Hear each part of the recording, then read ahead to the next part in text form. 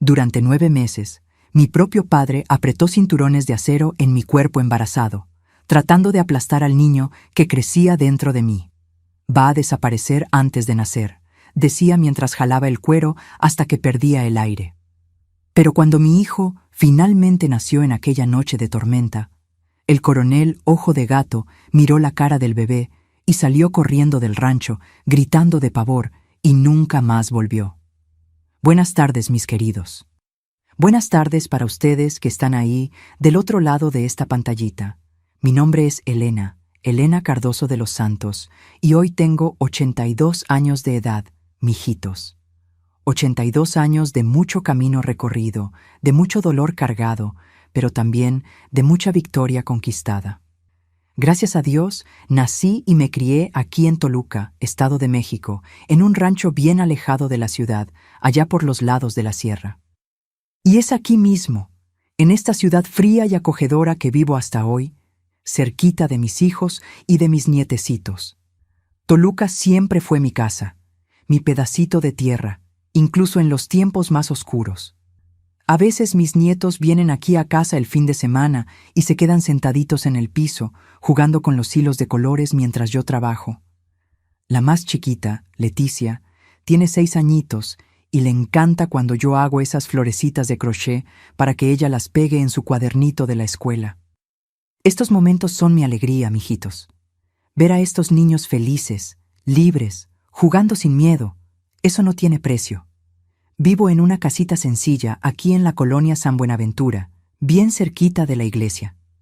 Es una casa chiquita, 2 cuartos y una cocina.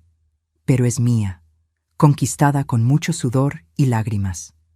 Desde la ventana de la sala veo la calle empedrada, veo a los vecinos pasando, veo la vida sucediendo del otro lado. Y eso para mí, después de todo, es libertad pura. Ahora, antes de continuar contando mi historia, quisiera hacerles un pedido especial. Si les está gustando este video, si se están identificando con lo que estoy contando, hagan clic en el botón de suscribirse al canal y dejen su like. ¿Está bien? Eso ayuda muchísimo a este trabajo de llevar esperanza a otras personas que tal vez estén necesitando oír que la vida puede cambiar, que podemos vencer. Y ustedes, mis queridas y mis queridos que me están viendo ahora, cuéntenme aquí en los comentarios de qué ciudadcita me están viendo y a qué horita del día encontraron este video. En la mañanita temprano, después de la comida, o ya en la tardecita, cuando el sol se está poniendo. Siempre leo cada comentario que ustedes dejan y me emociono tanto al saber de dónde son y cuando sacan un tiempecito del día para oír las historias de esta abuelita aquí. Cuéntenme. ¿Sí? Vamos a crear esta cadena de cariño. Vamos a unirnos a través de estas palabras. Ahora, mis queridos, necesito contarles una historia que cargué por muchos años, guardada en el fondo del pecho. Es una historia dolorosa, una historia que pocos saben, pero que necesita ser contada.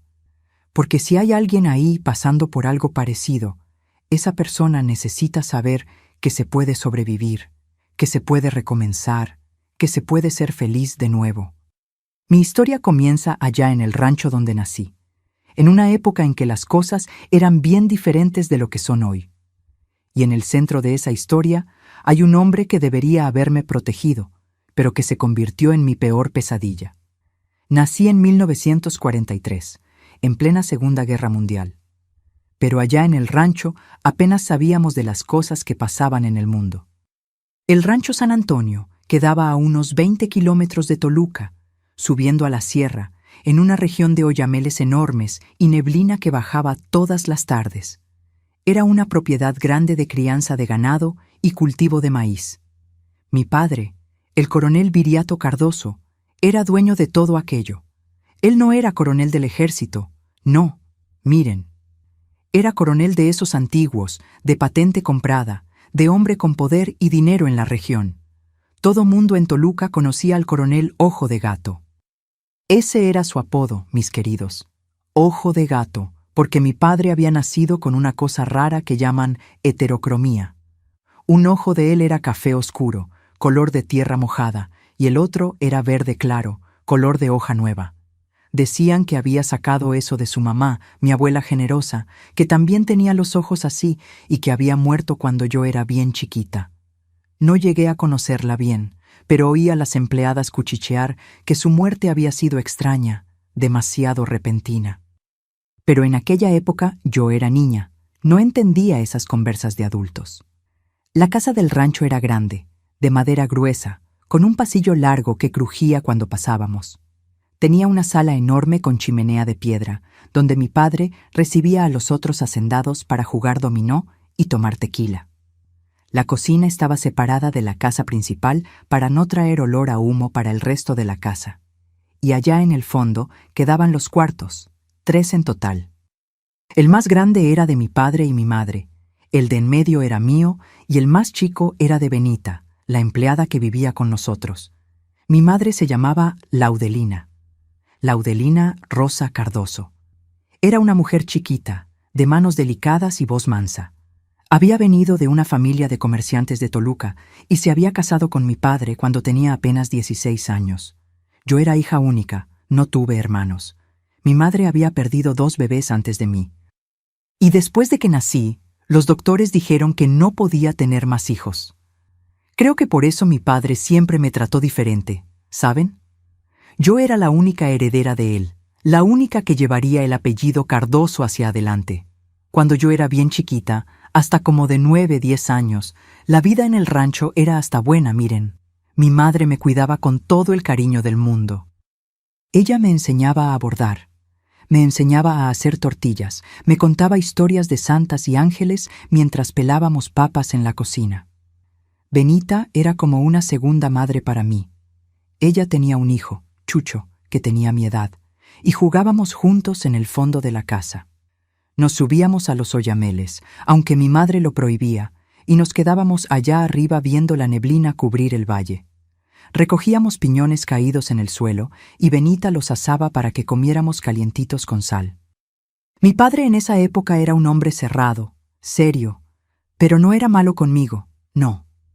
Pasaba el día entero lidiando con el ganado, conversando con los peones, resolviendo las cosas del rancho. Cuando llegaba a casa de noche, cenaba callado y se iba a dormir. Los fines de semana, iba para la ciudad a jugar cartas con los amigos. Apenas me miraba. Yo era asunto de mi madre. Pero todo cambió, mijitos. Todo cambió cuando yo tenía 10 años de edad. Fue en el invierno de 1953, un invierno terrible, una helada que mataba los cultivos y un frío que cortaba la piel. Mi madre empezó a toser. Al principio era una tosecita seca que trataba de esconder con el pañuelo. Pero en 2 semanas la tos empeoró. Vino la fiebre, vino la sangre en la boca. Tuberculosis, dijeron. En aquel tiempo no había cura fácil, no, mis queridos. La gente se iba hasta desaparecer. Recuerdo el día que mi madre murió como si fuera hoy. Era una mañana de julio. El sol ni había salido bien todavía.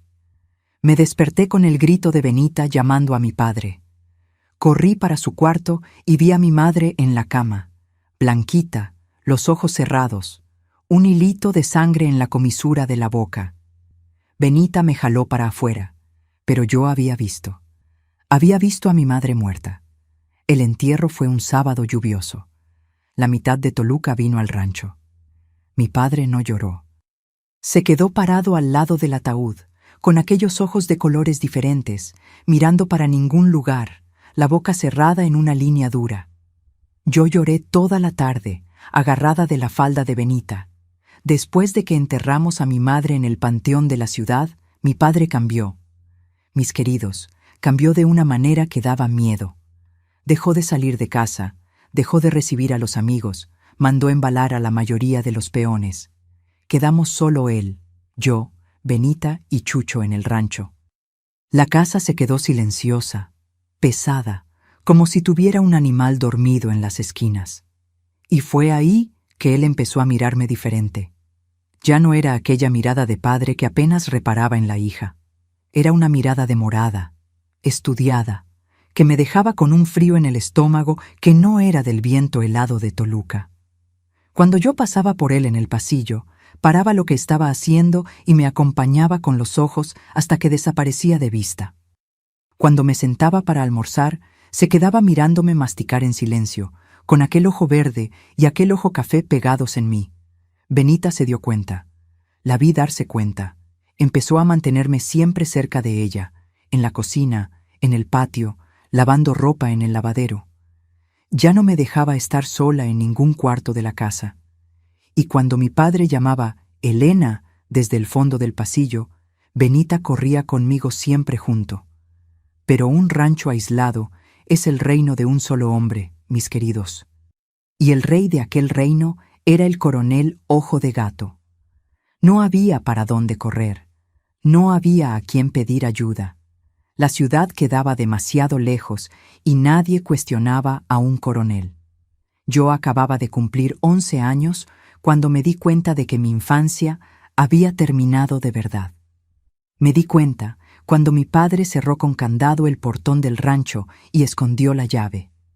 Me di cuenta cuando mandó embalar a Benita y a Chucho, diciendo que ya no necesitaba empleados.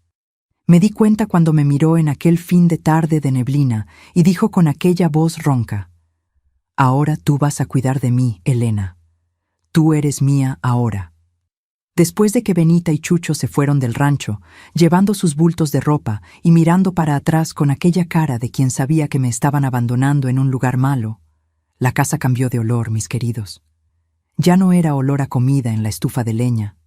Ya no era olor a jabón de la ropa lavada. Era olor a moho, a ceniza fría en la chimenea, a soledad pesada que se pegaba en las paredes. Yo tenía 11 años y me convertí en la única mujer de aquella casa. Mi padre dijo que tenía que aprender todos los oficios, que tenía que cuidar de él ahora, que era mi obligación como hija. En la mañana temprano prendía el fuego, hacía el café, calentaba las tortillas, lavaba los trastes, barría el piso de madera corrida, quitaba el polvo de los muebles. En la tarde, cocinaba la comida, lavaba su ropa en el lavadero, la colgaba en el tendedero. En la noche hacía la cena, esperaba que él comiera en silencio y después recogía todo de nuevo. Pero los oficios de la casa no eran lo peor, mijitos. Lo peor era el silencio de él estudiándome. Lo peor eran aquellos ojos, uno verde, uno café, siguiéndome por cada cuarto. Lo peor era sentir que yo ya no era más la hija. Yo era otra cosa, algo que él pensaba que poseía. La primera noche mala sucedió 3 semanas después de que los empleados se fueron. Era una noche de luna llena, tan clara que entraba por la rendija de la ventana de mi cuarto y dibujaba un cuadrado de luz en el piso de madera. Yo estaba casi durmiendo cuando oí la puerta de mi cuarto crujir despacio. Abrí los ojos y vi su silueta en la puerta, parado, mirándome. Mi corazón se disparó. Jalé la cobija hasta la barbilla y me quedé tiesa, fingiendo que estaba durmiendo. Él entró, cerró la puerta detrás de él, y en aquella noche, mis queridos, entendí que mi vida nunca más sería la misma.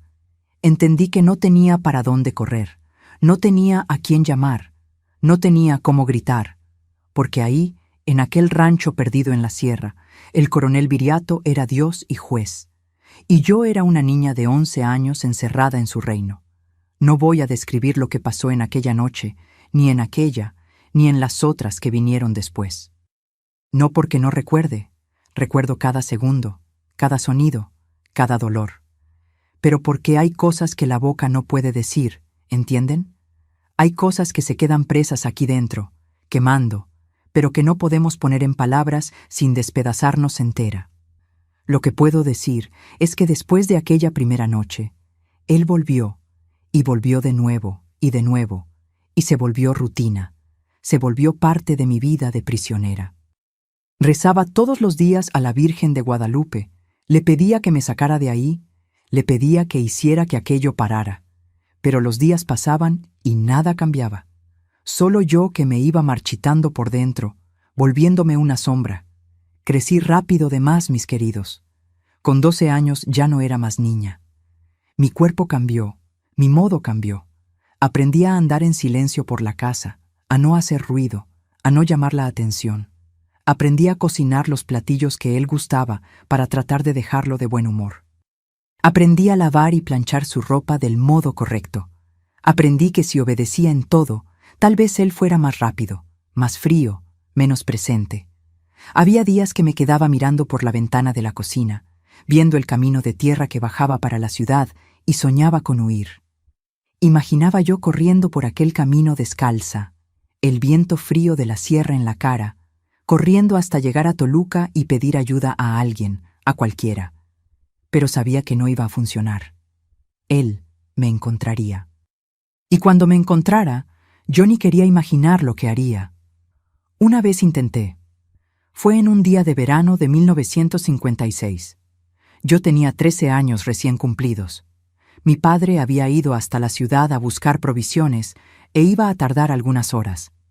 Tan pronto como la camioneta de él desapareció en la curva del camino, corrí para mi cuarto, me puse el vestido menos gastado que tenía, me puse las botas viejas y salí por la puerta de la cocina. Corrí por el camino levantando polvo. Mis piernas temblaban. Mi corazón latía tan fuerte que parecía que iba a salir por la boca. Miraba para atrás cada minuto, con miedo de ver la camioneta regresando. Logré llegar hasta la mitad del camino, hasta cerca de aquella curva donde hay una gruta de la Virgen. Estaba jadeante, con las piernas doliendo, pero feliz. Pensé que lo iba a lograr. Fue cuando oí el motor. Miré para atrás y vi el polvo subiendo. Él había regresado más temprano. Había olvidado algo o había desconfiado, no sé. Solo sé que la camioneta se detuvo a mi lado, la puerta se abrió y él bajó con una cara que nunca había visto. No era rabia, era peor. Era una frialdad, un desprecio, una certeza de que yo era su propiedad y que había tratado de huir. Me agarró del brazo, me aventó dentro de la camioneta y regresó al rancho en silencio. Cuando llegamos, me encerró en el cuartito del fondo, aquel que usábamos para guardar herramientas. Me quedé ahí 3 días, mis queridos. 3 días en la oscuridad con una lata de agua y un pedazo de pan duro. Aprendí la lección que él quería enseñarme. No había salida, no había huida, yo era de él.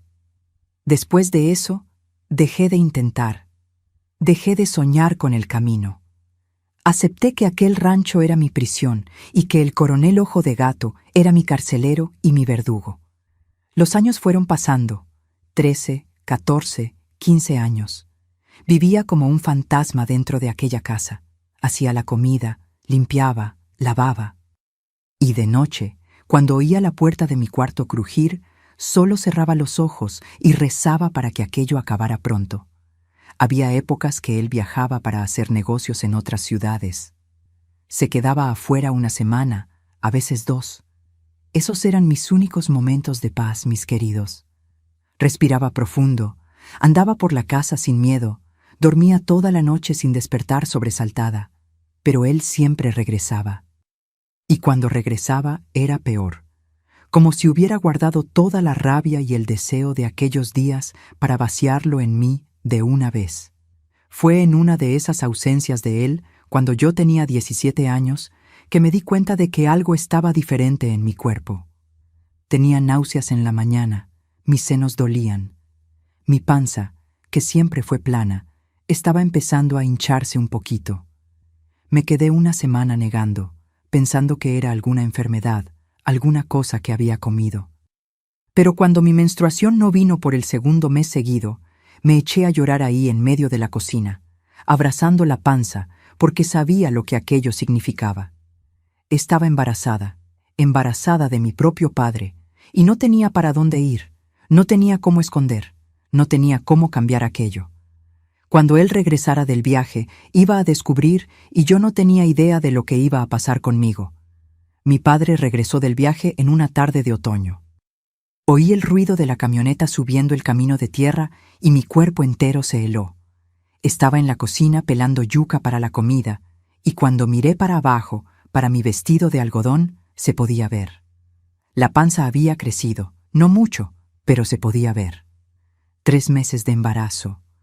Traté de jalar el delantal para el frente, traté de esconder, pero era inútil. Él entró por la puerta de la cocina, cargando un costal de provisiones, aventó el costal en la mesa, se quitó el sombrero y me miró. Aquellos ojos, uno verde, uno café, recorrieron mi cuerpo de arriba a abajo, despacio, hasta detenerse en mi panza. Vi el momento exacto en que entendió. Su cara se puso blanca, después roja, después morada de rabia. «¿Qué es eso?», preguntó, apuntando para mi vientre con el dedo tembloroso. Bajé la cabeza sin poder hablar.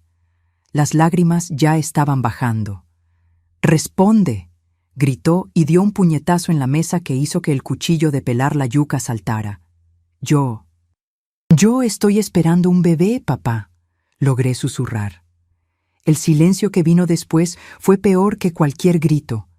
Se quedó mirándome, respirando pesado, y vi el miedo en sus ojos. No era miedo de mí, no era arrepentimiento por lo que había hecho. Era miedo de ser descubierto. Era miedo de perder su reputación, el respeto que el coronel Ojo de Gato tenía en Toluca. Si alguien descubría que su hija estaba embarazada, viviendo sola con él en el rancho, todo mundo iba a saber la verdad. Todo mundo iba a saber lo que él era. «Nadie puede saber de esto», dijo bajito, pero con una dureza en la voz que cortaba. «¿Me oíste? Nadie va a saber». «Pero papá, el bebé va a nacer, no puedo esconder».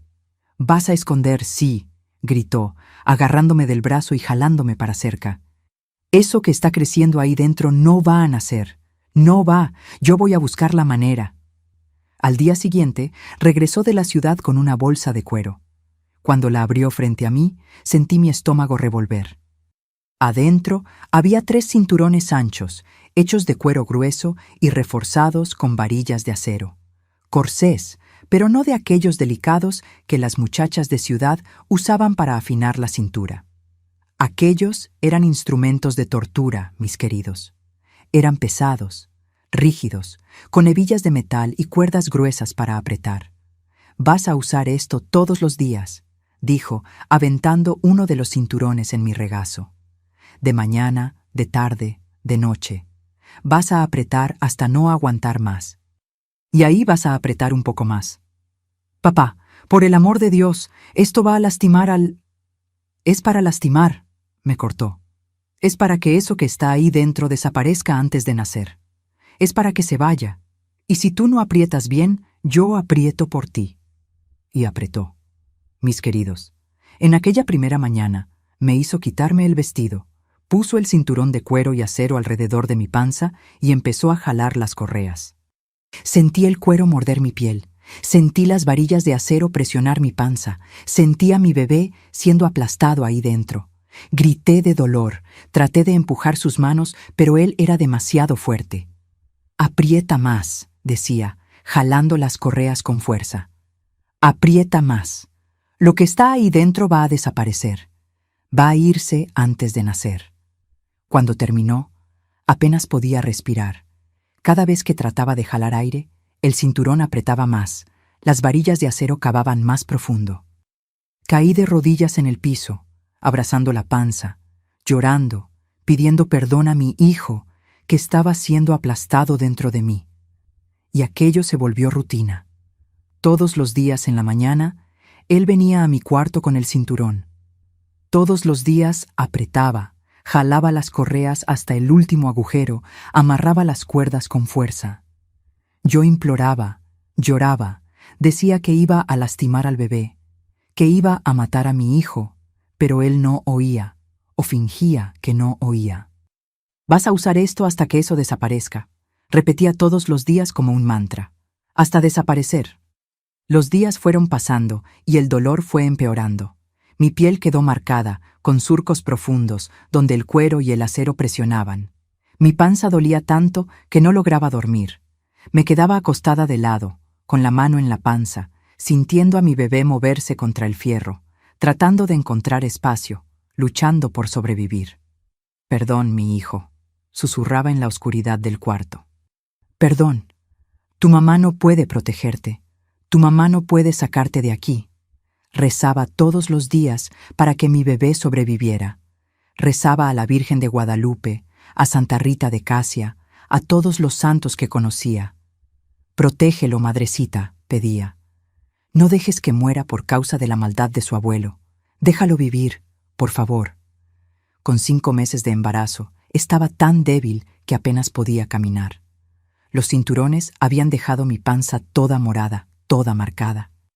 Sangraba a veces, pequeños sangrados que me aterraban, pero el bebé seguía moviéndose, seguía luchando. Mi hijo era fuerte, mis queridos, más fuerte que el fierro, más fuerte que la maldad.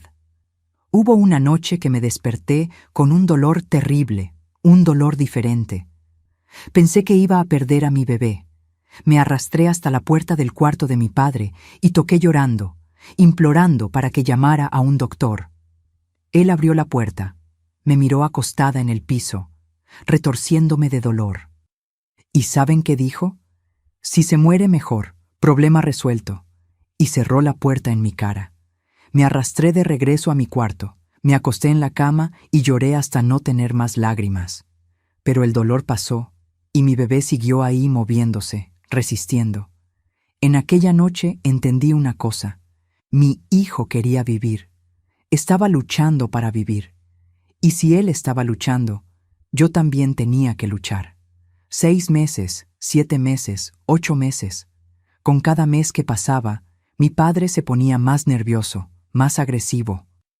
No entendía cómo el embarazo todavía estaba ahí, cómo mi bebé todavía estaba vivo después de tanto tiempo siendo aplastado. Compró un cinturón todavía más apretado, con más varillas de acero, con correas más gruesas, pero no servía. Mi hijo seguía creciendo, seguía vivo. «¿Qué demonios de criatura es esta que no se muere?», gritó mi padre un día después de apretar el cinturón nuevo con tanta fuerza que me desmayé de dolor. Cuando desperté, estaba sentado en la orilla de mi cama, con la cabeza entre las manos, hablando solo. «Esto no es natural, no es natural». Y no lo era, mis queridos, porque mi hijo era un milagro que sobrevivió a 9 meses de tortura, 9 meses de fierro y cuero tratando de borrarlo de la existencia. Mi bebé era más fuerte que todo el odio de aquel hombre. Cuando faltaban 2 semanas para completar 9 meses, mi padre dejó de apretar el cinturón. No porque tuvo piedad, sino porque se dio cuenta de que no iba a servir. Había fallado. La criatura que trató de matar todavía estaba viva y pronto iba a nacer. La primera contracción vino en una noche de tormenta. Era junio de 1961, invierno riguroso en Toluca. De esos que vemos la respiración volverse un mito en el aire y la helada quemar las plantas en el patio.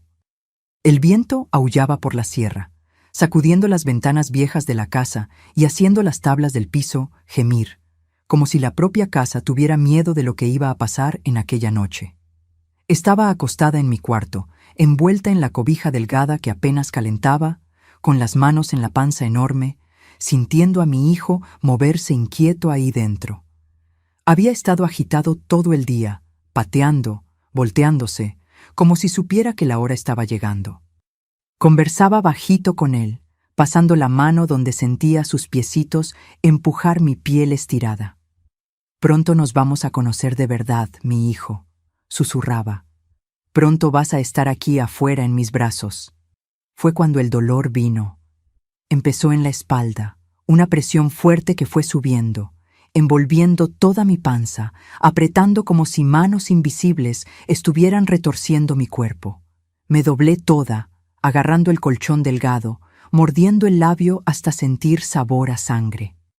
Traté de respirar como había visto a Benita hacer cuando parió a Chucho, aquella respiración corta y rápida, pero no servía. El dolor consumía todo. Cuando pasó, me quedé ahí temblando, sudando a pesar del frío, con el corazón latiendo tan fuerte que parecía que iba a salir del pecho. «Todavía no», pensé tratando de convencerme.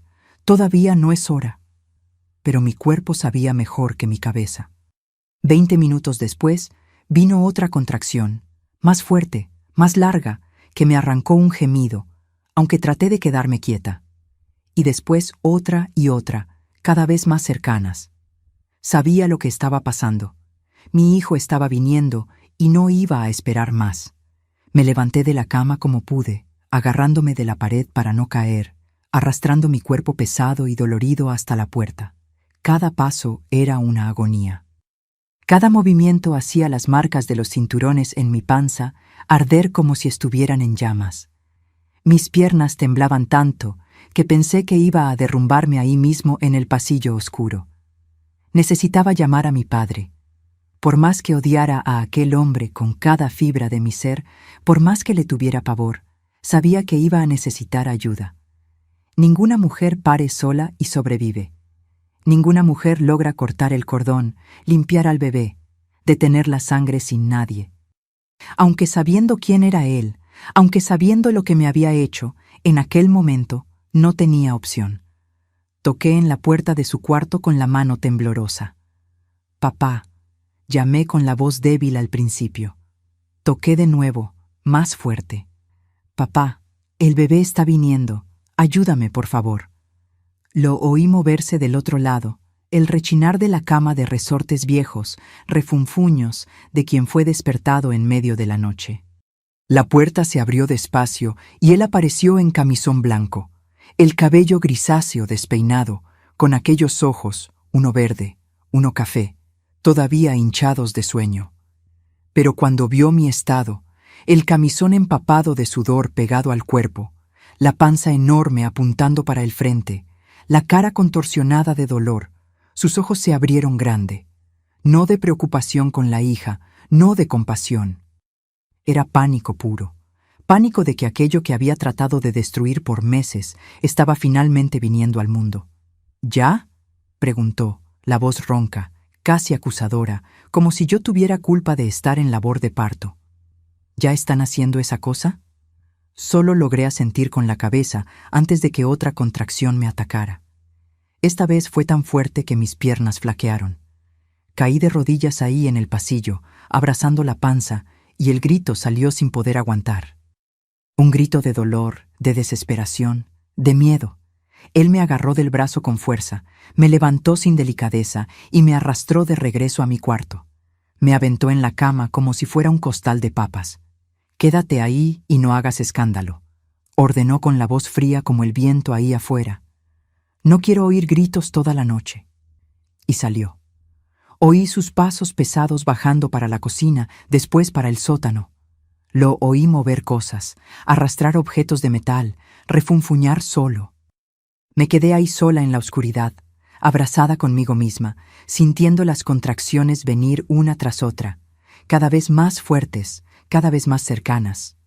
Cuando regresó, traía una cubeta de fierro oxidada, de esas que usamos para dar comida a los puercos, y unos trapos viejos y sucios, de esos que usamos para limpiar el piso o secar las herramientas. Puso la cubeta en el piso, bien al lado de la cama, donde yo podía ver, y aventó los trapos encima del colchón. Y fue solo eso.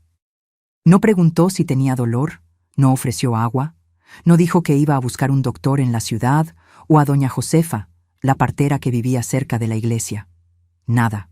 Solo jaló la silla vieja de la esquina y se sentó ahí recargado en la pared, cruzando los brazos, observándome con aquella expresión vacía.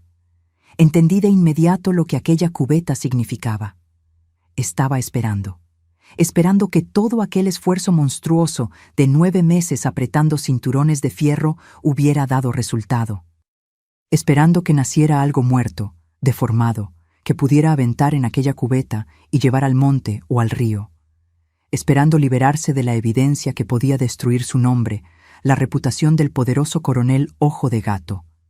Las horas fueron pasando y el dolor fue haciéndose insoportable. Perdí completamente la noción del tiempo. Podía ser medianoche, podían ser las 3, 4 de la mañana. Solo sabía que mi cuerpo estaba siendo desgarrado de dentro para afuera, que cada contracción era peor que la anterior, que estaba perdiendo sangre, que quería morir ahí mismo solo para dejar de sentir aquello. Ahí afuera, la tormenta se había vuelto un monstruo. Rayos rasgaban el cielo, iluminando el cuarto por segundos y mostrando la silueta de mi padre sentado en aquella silla inmóvil como una estatua de piedra, apenas observándome. Los truenos eran tan altos, tan cercanos, que hacían los vidrios de las ventanas vibrar y la casa entera temblar en los cimientos. Parecía que Dios estaba enojado, mis queridos. Parecía que el cielo entero estaba llorando por la maldad que había pasado en aquella casa. Yo gritaba, lloraba, imploraba: «Ayúdame, papá, ayúdame, por favor, haz algo, me estoy muriendo». Pero él no respondía, no se movía, solo se quedaba ahí viéndome sufrir con aquella frialdad que era peor que cualquier odio. Hubo un momento por ahí que sentí que no iba a poder. Sentí mi cuerpo desistiendo, mis fuerzas acabándose, la vida escurriéndose para afuera de mí junto con la sangre. Mi visión empezó a oscurecerse en las orillas. Mi respiración se quedó débil, entrecortada. Oí un zumbido en los oídos, como si estuviera sumergiéndome debajo del agua. «Ya no aguanto más», pensé, dejando mi cabeza caer en la almohada mojada de sudor y lágrimas. «No aguanto. Mejor morir. Mejor acabar con esto de una vez». «Perdóname, mi hijo. Tu mamá no es lo suficientemente fuerte. Tu mamá va a fallar contigo». Pero fue exactamente en ese momento, cuando estaba en mi límite, cuando tenía certeza de que iba a morir en aquella cama, que sentí algo, una presencia, un calor suave que entró en el cuarto helado, un olor a lavanda y pan casero que conocía desde pequeña. Por un segundo, solo un segundo, pero tan real como mi propio cuerpo, vi a mi madre. Estaba sentada en la orilla de la cama, bien a mi lado, con aquel vestido azul que usaba los domingos, con el cabello amarrado en un chongo, con aquella sonrisa dulce y tranquila que solo ella tenía. Pasó la mano en mi frente sudada, un cariño tan gentil, tan amoroso, que me hizo llorar todavía más. «Fuerza, mi Elena», oí su voz clara como cristal. «Tu hijo te necesita. Él está luchando ahí dentro hace 9 meses. Tú también necesitas luchar. Solo un poquito más. Solo un poquito más, mi hija». Y luché, mis queridos. Dios y mi madre saben cómo luché. Agarré las sábanas con tanta fuerza que desgarré la tela vieja. Mordí la almohada hasta que me dolieron los dientes y empujé. Empujé con la última fuerza que existía en mí, con cada pedacito de vida que todavía quedaba en mi cuerpo destrozado. Empujé hasta sentir que algo estaba saliendo, hasta sentir el cuerpo de mi bebé deslizándose, caliente y resbaloso, hasta sentirlo salir completamente. Y entonces, silencio. Un silencio terrible, pesado, que llenó el cuarto como una mortaja. El bebé había nacido, pero no había llorado. Levanté la cabeza desesperada, el corazón dejando de latir. «Mi hijo», susurré. «Mi hijo, por favor». Mi padre se levantó de la silla por primera vez en horas, se acercó despacio, miró al bebé que estaba ahí entre mis piernas, todavía ligado a mí por el cordón pulsante. Se agachó, agarró a mi hijo por los piecitos, con aquellas manos grandes y callosas, lo levantó de cabeza para abajo, lo sacudió. Nada, ningún sonido, ningún movimiento. «Muerto», lo oí murmurar, y por primera vez en aquella noche toda había algo en su voz. Alivio. Gracias a Dios murió. Finalmente murió. Mi mundo se derrumbó. Había cargado a aquel bebé por meses contra todas las probabilidades. Había sentido que se movía, luchaba, resistía a los cinturones de fierro. Había rezado miles de oraciones para que sobreviviera. ¿Y ahora? Ahora estaba muerto. Muerto por causa de la maldad de aquel hombre. «Dámelo», pedí, extendiendo los brazos temblorosos, las lágrimas cayendo sin parar. «Dame a mi hijo. Déjame cargarlo por lo menos una vez. Déjame despedirme». Pero mi padre no me oyó, o fingió que no me oyó. Volteó de espaldas, todavía sosteniendo a mi bebé por los piecitos, caminando en dirección a aquella cubeta oxidada. Iba a aventarlo ahí. Iba a librarse del cuerpo como si fuera basura, como si aquel bebé nunca hubiera existido. Abrí la boca para gritar, para implorar, para maldecir, pero ningún sonido salió. Mi voz había muerto junto con mi hijo. Fue cuando pasó. El bebé soltó un llanto alto, fuerte, furioso, indignado, un llanto que llenó el cuarto entero, que apagó hasta el ruido de la tormenta ahí afuera. Un llanto de quien había sobrevivido al infierno y estaba anunciando al mundo entero que estaba vivo. Mi padre se detuvo en medio del cuarto, congelado, todavía sosteniendo a mi hijo de cabeza para abajo. La tormenta ahí afuera se detuvo también de repente, como si hasta la naturaleza hubiera aguantado la respiración para ver lo que iba a pasar. Un silencio sobrenatural cayó sobre el rancho, y entonces un rayo cayó tan cerca que iluminó el cuarto entero como si fuera plena luz del día, tan fuerte que hizo la casa entera temblar. Y fue en esa luz cruda y blanca que mi padre finalmente volteó al bebé. Miró su carita roja de tanto llorar y soltó un grito que nunca voy a olvidar mientras viva. Un grito de pánico absoluto, de terror primitivo, de horror psicológico profundo. Un grito de hombre que había visto algo que su mente no podía procesar. Algo imposible, algo sobrenatural. Aventó a mi hijo en mi regazo, como si hubiera agarrado una brasa viva. Tropezó para atrás, golpeó con la espalda en la pared con tanta fuerza que un cuadro de santo cayó al piso y se hizo pedazos. Y se quedó ahí deslizándose pared abajo, mirando fijo al bebé en mi regazo, con la boca abierta, los ojos casi saltando de las órbitas, la cara blanca como cal, sudando frío aunque el invierno ahí afuera. «No», susurró, la voz quebrada, irreconocible. «No puede ser, no es posible». Ella volvió. Miré a mi hijo tratando de entender qué había dejado a aquel hombre tan aterrado. Lo agarré en mis brazos con cuidado, limpié su cara con la punta de la sábana. Y fue cuando vi. Mi hijo estaba ahí en mi regazo, llorando con fuerza, los pulmoncitos funcionando perfectamente después de 9 meses, siendo aplastados contra el fierro.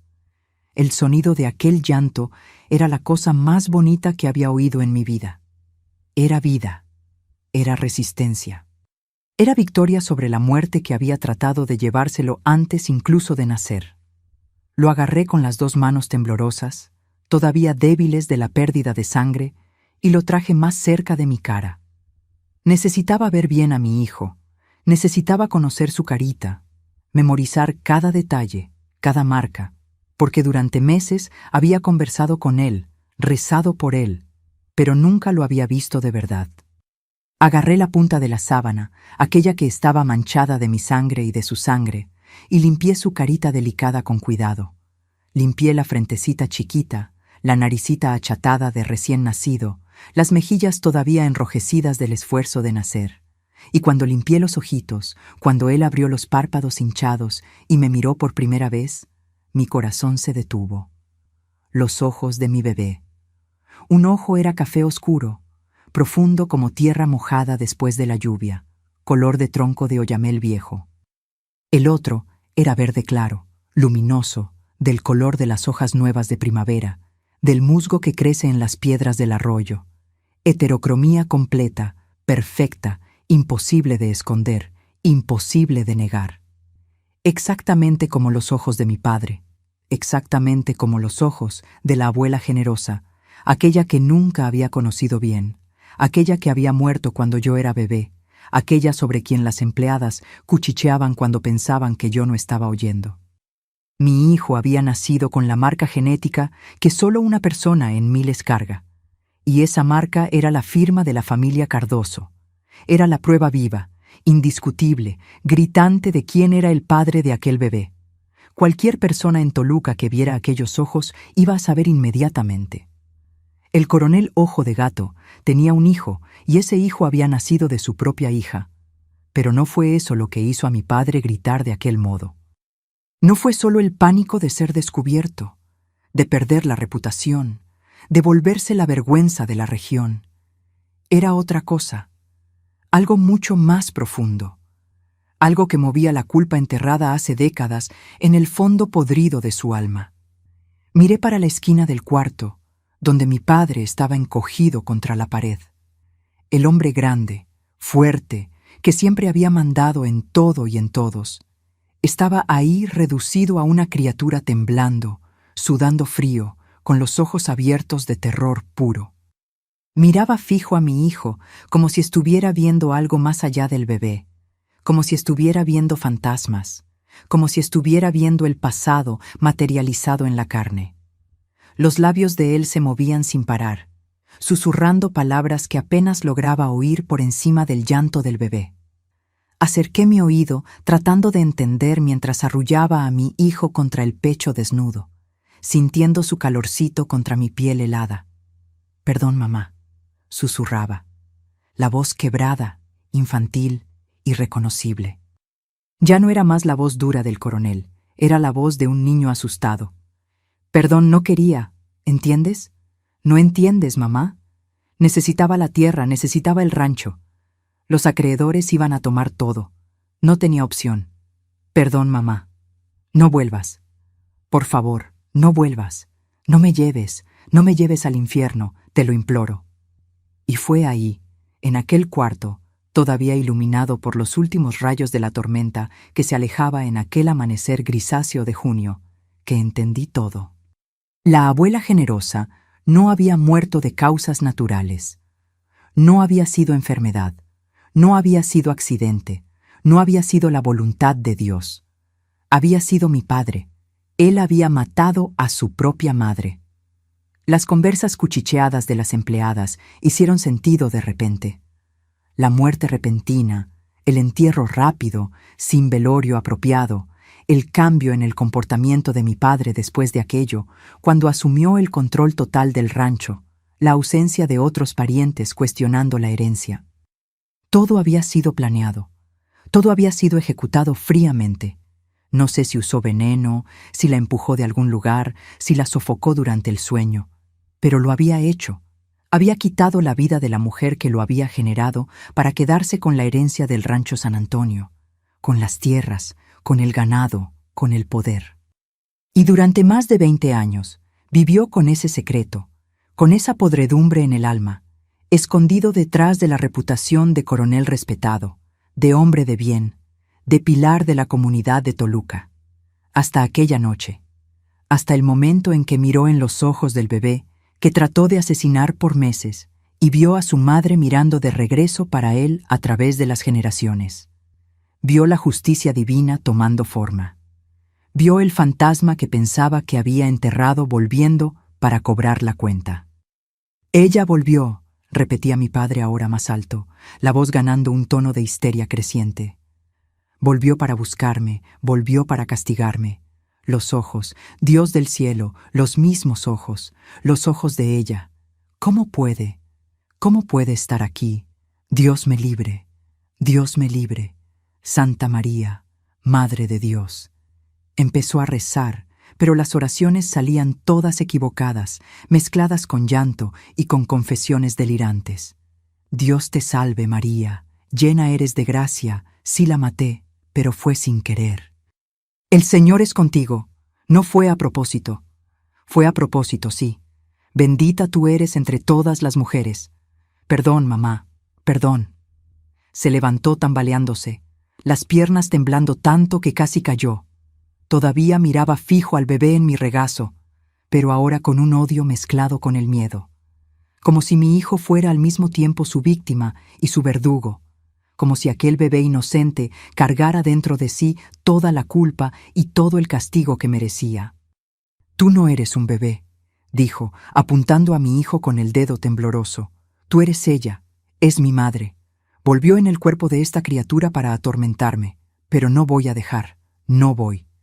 Empezó a caminar para atrás, tropezando con sus propios pies, chocando con las cosas. El cuarto chico parecía haberse vuelto todavía más chico, las paredes cerrándose alrededor de él. Volteó la silla donde había estado sentado toda la noche, viéndome sufrir. Tropezó con la cubeta oxidada que había traído para aventar el cuerpo de mi hijo, y la cubeta rodó por el piso de madera, haciendo un ruido metálico terrible que resonó por la casa vacía. «No fui yo», gritó de repente, tan alto que hizo al bebé llorar más fuerte. «No fui yo quien te mató. Mamá, estás mintiendo. Estás queriendo echarme culpa de algo que no hice». Pero entonces, como si su propia voz lo hubiera traicionado, la verdad salió sin filtro. Tú caíste de la escalera. Yo solo empujé un poquito, solo un poquito. Eras vieja, estabas enferma de todos modos, ibas a morir de cualquier manera. Yo solo aceleré. Por el rancho, por la familia, por los Cardoso. Fue por la familia. La confesión completa estaba ahí, saliendo de su boca en gritos histéricos. Había empujado a su propia madre de la escalera de la casa vieja. La había visto caer, quebrarse el cuello, morir. Y había contado a todo mundo que había sido accidente, que había tropezado, que era la vejez, la vista mala, los huesos débiles. Y todo mundo había creído, porque ¿quién dudaría del coronel Viriato Cardoso? ¿Quién se atrevería a cuestionar a un hombre tan poderoso, tan respetado? Pero estás aquí ahora, continuó hablando directo con el bebé, completamente fuera de la realidad.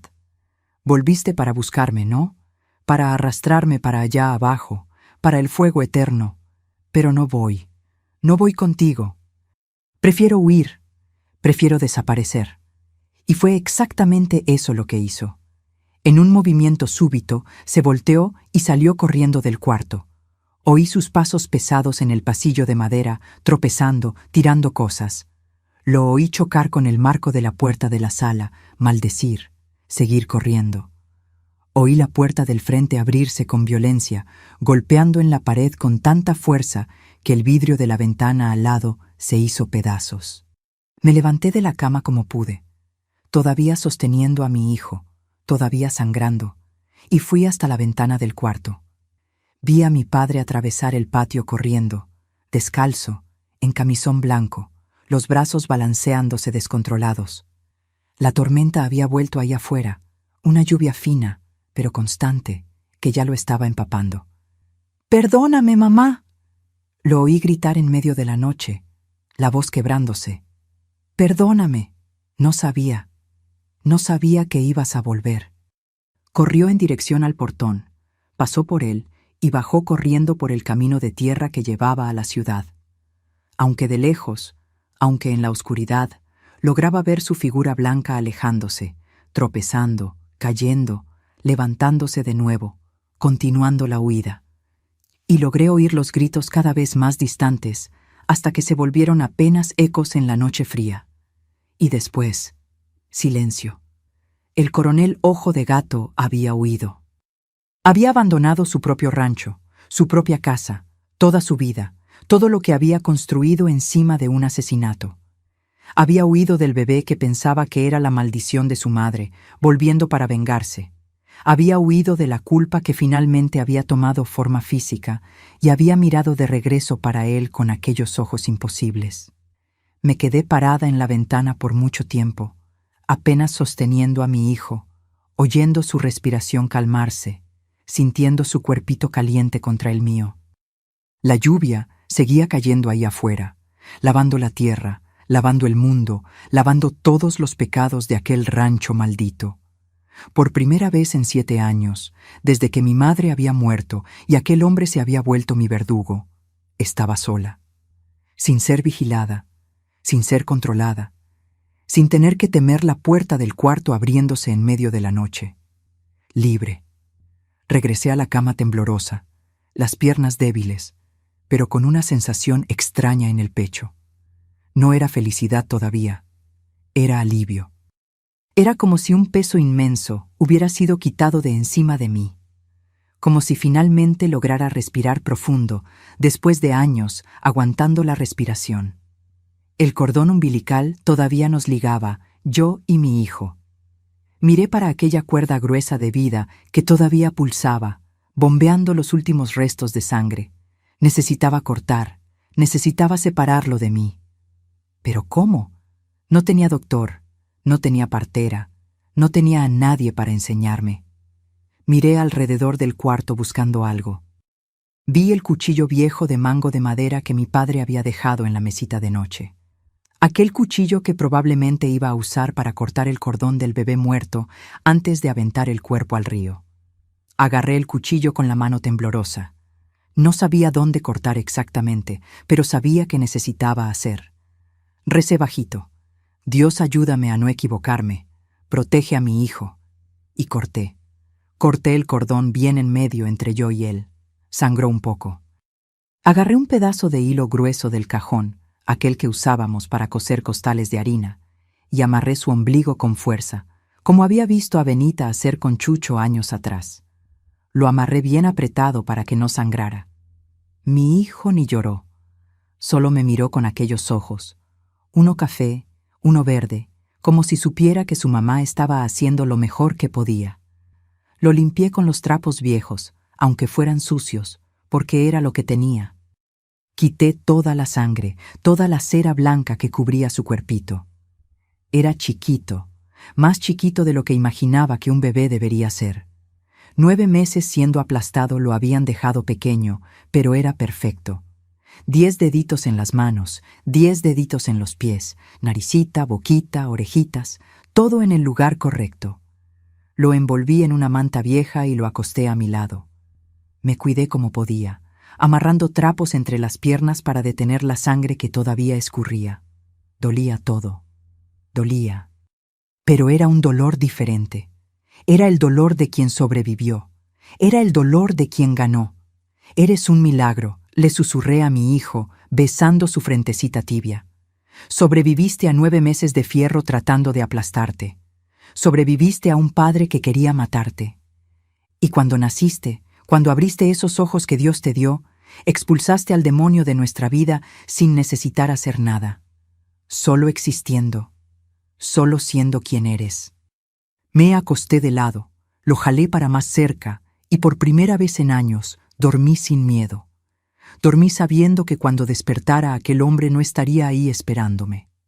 Dormí con mi hijo en mis brazos, libre. Desperté varias veces durante aquella primera noche. Cada vez que despertaba, pasaba la mano en el pecho de mi bebé para sentirlo respirar, para tener certeza de que no era sueño. Y él estaba ahí, vivo, calentito, durmiendo tranquilo. Los 3 días siguientes fueron los más extraños de mi vida. Estaba sola en el rancho con un bebé recién nacido. Estaba débil, perdiendo sangre, apenas pudiendo caminar, pero era dueña de mi propia vida por primera vez. Me levantaba de vez en cuando para buscar comida en la despensa. Había pan viejo que mojaba en el agua para poder comer. Había un pedazo de queso duro. Había algunas papas. Comí todo despacio, tratando de recuperar las fuerzas. Bebí agua directo de la jarra. Regresaba a la cama y amamantaba a mi hijo, que mamaba bien, fuerte, determinado. En el segundo día logré caminar hasta la cocina y hacer un té de hierbabuena. Lo tomé caliente, sosteniendo la taza con las 2 manos temblorosas. Por la ventana vi que la camioneta de mi padre todavía estaba ahí, detenida debajo del cobertizo, pero de él ninguna señal. En el tercer día estaba en la sala, sentada en la mecedora vieja, arrullando a mi hijo, cuando oí un ruido de motor subiendo el camino. Mi corazón se disparó. El pánico volvió de una vez. Volvió, pensé. Volvió y va a terminar lo que empezó. Agarré a mi bebé, corrí para el cuarto, me encerré por dentro, recargué el armario en la puerta. Me quedé ahí temblando, esperando oír sus pasos, su voz, su furia. Pero la voz que llamó del otro lado no era de él. Doña Elena, ¿es Benita? ¿Está ahí mi hija? Benita. Quité el armario de enfrente de la puerta con dificultad. Abrí, corrí por la casa y cuando abrí la puerta del frente y la vi ahí parada en el portal con aquella cara de preocupación, me derrumbé. Me derrumbé en sus brazos y lloré. Lloré todo lo que había guardado durante 3 días. Lloré de alivio, de agotamiento, de dolor, de libertad. Y ella me sostuvo, me abrazó fuerte y lloró junto conmigo. «Ay, mi niña», dijo, arrullándome como si fuera niña. «Ay, mi Elena querida, ¿qué te hicieron?» Entró en la casa, me ayudó a sentarme, agarró a mi bebé en el regazo y lo miró. Cuando vio los ojos, uno café, uno verde, entendió todo. No necesité hablar. Ella sabía. «Jesucristo», susurró, santiguando al bebé. «Jesucristo, ten misericordia». Fue ella quien me contó lo que había pasado con mi padre. En la madrugada de aquella noche de tormenta, alrededor de las 4 de la mañana, algunas personas que vivían cerca del zócalo principal de Toluca habían oído gritos. Cuando miraron para afuera, vieron a un hombre descalzo, en camisón blanco, empapado de lluvia, andando en círculos en el zócalo, gritando solo. Era el coronel Ojo de Gato, pero ya no parecía el coronel. Parecía un loco completo. Gritaba cosas sin sentido sobre fantasmas, sobre su madre, sobre ojos que habían vuelto para buscarlo, sobre haber empujado a alguien de la escalera.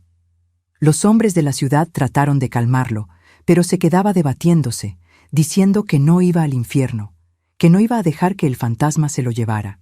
Llamaron al doctor. El doctor dijo que era brote psicótico grave, locura completa, irreversible. Al día siguiente, lo llevaron al hospital de alienados en Ciudad de México y ahí se quedó. Dijeron que no para de gritar. Benita me contó en voz baja, día y noche, sin parar. Ella volvió, está aquí, me está mirando. Ni reconoce más a nadie, no come bien, no duerme, solo grita. Mi padre había enloquecido completamente. La culpa que cargó por más de 20 años había finalmente explotado. Ver aquellos ojos en el bebé, los mismos ojos de la madre que asesinó, había quebrado su mente de un modo que no tenía arreglo. ¿Y tú, mi hija?, preguntó Benita, pasando la mano en mi cara. ¿Cómo estás? ¿Quién te cuidó? ¿Quién ayudó en el parto? Nadie, dije, la voz fallando. Me quedé sola. Él iba a aventar al bebé en la cubeta. Pensaba que iba a nacer muerto, pero cuando nació vivo, cuando vio los ojos, huyó gritando. Benita negó con la cabeza, los ojos llenos de lágrimas. Dios lo castigó, dijo. Dios lo castigó por la maldad. Y lo había castigado de la peor forma posible. No con la muerte, sino con la locura, con el tormento eterno de ver el fantasma de su madre en cada sombra, en cada reflejo, hasta el fin de sus días. Benita se quedó conmigo, me cuidó hasta que me recuperé, me enseñó a cuidar del bebé bien, me ayudó a limpiar la casa, a hacer comida, a volver a vivir. Una semana después del parto, cuando ya lograba caminar sin tanto dolor, me preguntó, ¿cómo le vas a poner? Miré a mi hijo mamando en mi pecho, aquel milagro de ojos de 2 colores, aquel que había sobrevivido a 9 meses de intento de asesinato, aquel cuya simple existencia había sido más poderosa que toda la maldad del mundo. Alejandro, dije, su nombre es Alejandro, significa el defensor, el protector, porque no existe niño más fuerte que él. Venció al fierro, venció a la muerte y venció al demonio. Y realmente había vencido, mis queridos. Mi hijo Alejandro había nacido con la marca de la justicia en el rostro. Aquellos ojos, uno café, uno verde, cargaban la memoria genética de un crimen antiguo. Él no necesitó luchar, no necesitó vengarse, no necesitó hacer nada. Su simple existencia fue suficiente para expulsar a aquel hombre malo de mi vida para siempre. Hoy tengo 82 años, mis queridos, y vivo aquí en Toluca mismo, en la colonia San Buenaventura, en esta casita sencilla que es mi rinconcito de paz. Muchas cosas pasaron desde aquella noche de junio de 1961 hasta hoy. Mucha agua pasó debajo del puente, pero sobreviví. Mi hijo sobrevivió y construimos una vida buena, honesta, llena de amor. Poco después de que Benita llegó y me ayudó a recuperarme del parto, tomé la decisión más importante de mi vida: vender el rancho San Antonio. No lograba más quedarme en aquel lugar, mis queridos. Cada cuarto de aquella casa guardaba una memoria mala. Cada tabla del piso crujía con el peso del sufrimiento. Aquella tierra estaba manchada de sangre y de pecado. En 1962 vendí el rancho al vecino, el señor Octavio, que siempre había querido expandir sus tierras. Agarré el dinero de la venta, no era mucho, pero era suficiente, y me mudé para la ciudad de Toluca con mi hijo Alejandro y con Benita, que nunca más me abandonó. Compré una casita chiquita aquí en San Buenaventura, cerca de la iglesia, en un terreno plano donde no había memoria de dolor. 2 cuartos, una cocina, un patiecito en el fondo. Era todo lo que necesitaba. Era libertad. Era recomenzar. Mi padre murió en 1965, todavía internado en aquel hospital en Ciudad de México. Nunca más volvió en sí. Pasó 4 años gritando día y noche, viendo fantasmas, reviviendo la culpa. Cuando me avisaron de su muerte, no lloré. No sentí rabia tampoco. Solo sentí un alivio profundo, como si el último hilo que me ataba a aquella época finalmente se hubiera roto. Crié a mi Alejandro con todo el amor que tenía guardado en el pecho. Benita me ayudó en todo. Fue como una abuela verdadera para el niño. Lo enseñó a caminar,